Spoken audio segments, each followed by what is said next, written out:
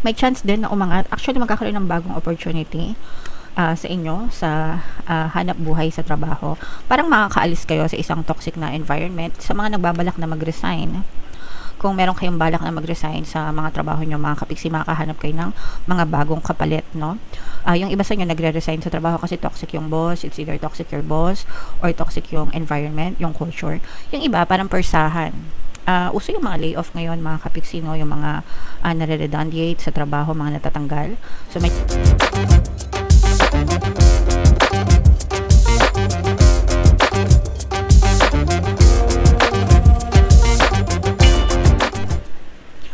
hello guys, hello Scorpio, welcome back to Pinay Pixie tayo. Ang pamagat ng episode natin for tonight is second half kapalaran para ngayon December 16 to 31 guys.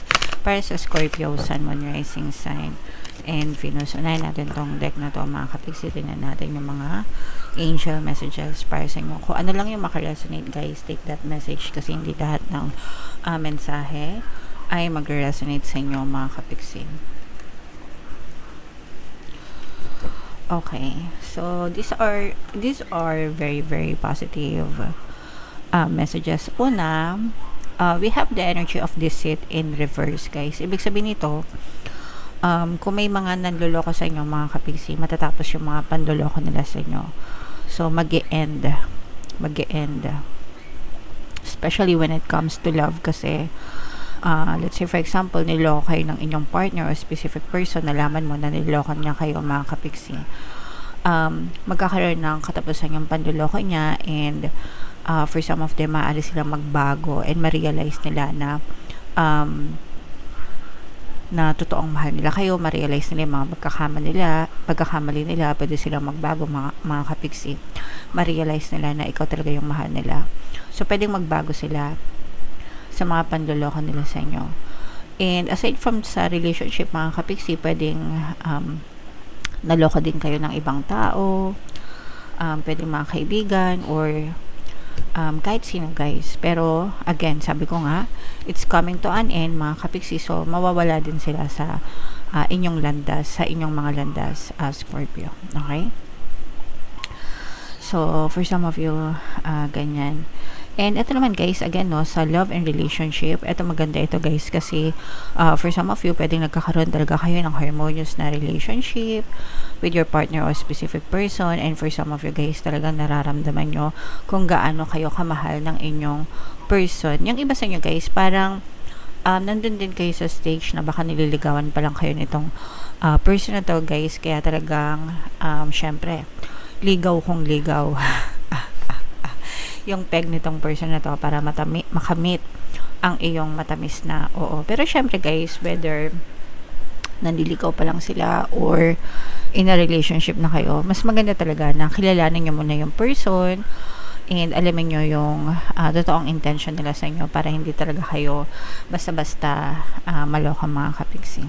Okay?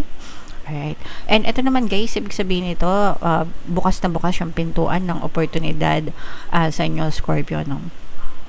So, kapag bumubukas yung pintuan ng oportunidad, guys, ibig sabihin, dinidinig na ni universe yung mga dasal nyo, guys. So, just keep on praying and keep on affirming, mga kapiksi. Kailangan handa kayong kumilos pag nandyan na yung mga opportunities kasi yun na yung mga sagot sa mga answered prayers nyo, Scorpio. Okay? Alright. So, yeah. Comment down below, Scorpio, if feeling nyo nakaresonate kayo dyan, guys.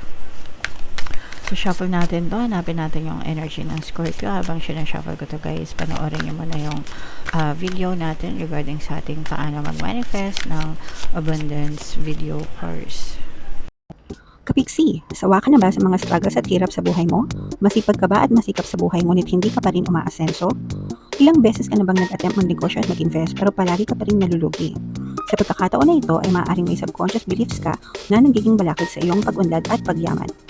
Introducing, paano mag-manifest ng abundance video course.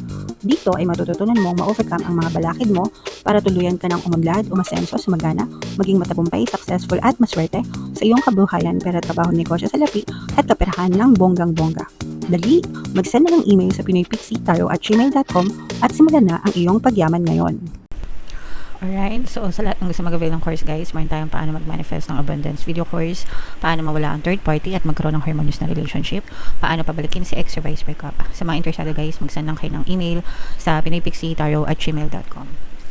And sa mga naghahanap guys, ang pagpaswerte na Lucky Charms or Lucky Bracelet, Aventurine, tsaka Citrine, yung recommended ko, may makikita kayo guys ng mga link sa description box. So, Scorpio kayo ay represent ng Queen of Cups. Latag natin yung spread nyo. Mga kapiksi, available na yung inyong 2026 kapalaran guys.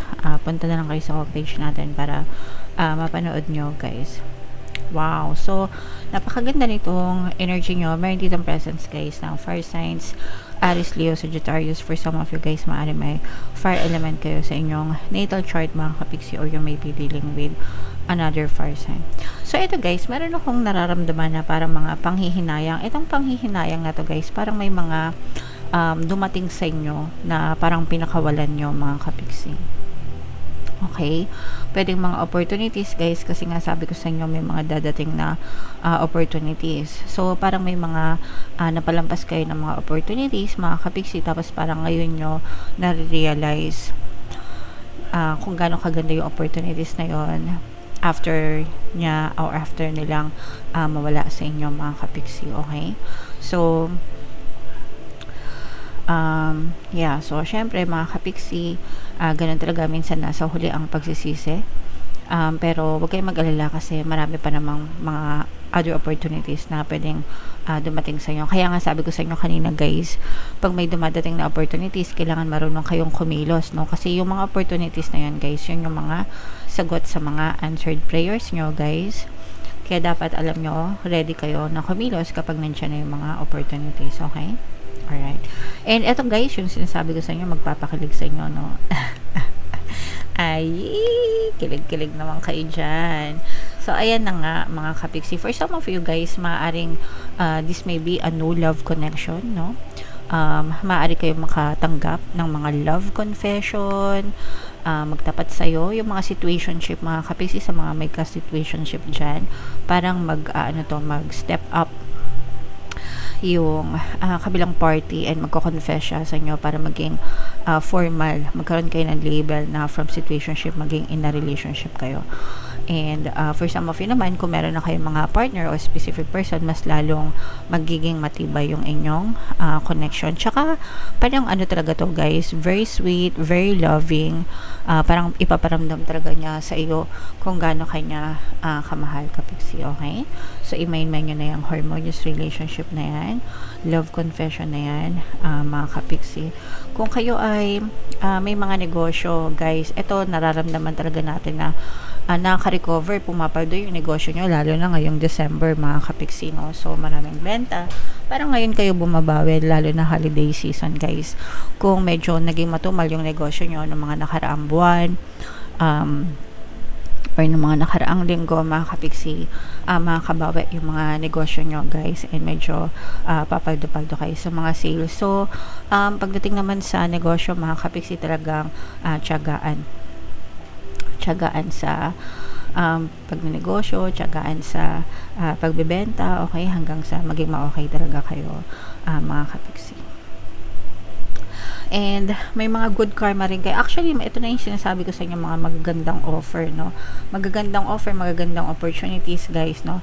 Meron pang mga magagandang offer na maaring dumating sa inyo, guys. So, kung meron mang mga lumampas na may mga mapalagpas man kayo ng mga opportunities, huwag kayong mag-alala. Kasi meron pa rin naman mga dadating na bago, guys. And may mga good karma din kayo na mapapala ngayong December mga kapiksi. So, i-main-main nyo na yung mga magagandang offer na yan, mga magagandang good karma, itong recovery, especially guys pagdating sa negosyo, at saka yung harmonious relationship guys, na yung mga love confession, i-main-main nyo na guys sa comment section mga kapiksi. May chance din na umangat, actually magkakaroon ng bagong opportunity sa inyo sa hanap buhay sa trabaho. Parang makakaalis kayo sa isang toxic na environment. Sa mga nagbabalak na mag-resign, kung meron kayong balak na mag-resign sa mga trabaho nyo mga kapiksi, makahanap kayo ng mga bagong kapalit, no? Yung iba sa inyo nagre-resign sa trabaho kasi toxic yung boss. It's either toxic your boss or toxic yung environment, yung culture.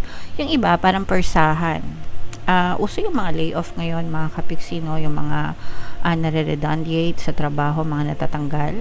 So medyo marami-rami na ako. May mga kakilala na ako na na nakausap ko na na-redundate sa trabaho, mga kapiksi.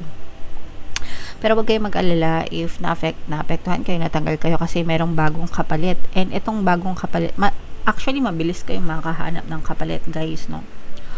And yung kapalit na makikita nyo, mas malaki yung pwedeng mas malaki yung sweldo, mas maganda yung posisyon.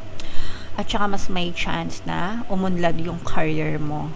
Kumbaga parang merong growth, merong room for growth and improvement kung kayo ay lilipat ng trabaho or mag-iiba ng kumpanya, mga kapiksi. Mas maganda yung nag-aantay sa inyo. So, wag na kayong umiyak, guys, sa mga nawala ng trabaho or na-redundate kasi maganda yung kapalit ng mga mawawala sa inyo, mga kapiksi. Okay? And maganda din yung relationship within the family, guys. Syempre, ito yung holiday season, love season.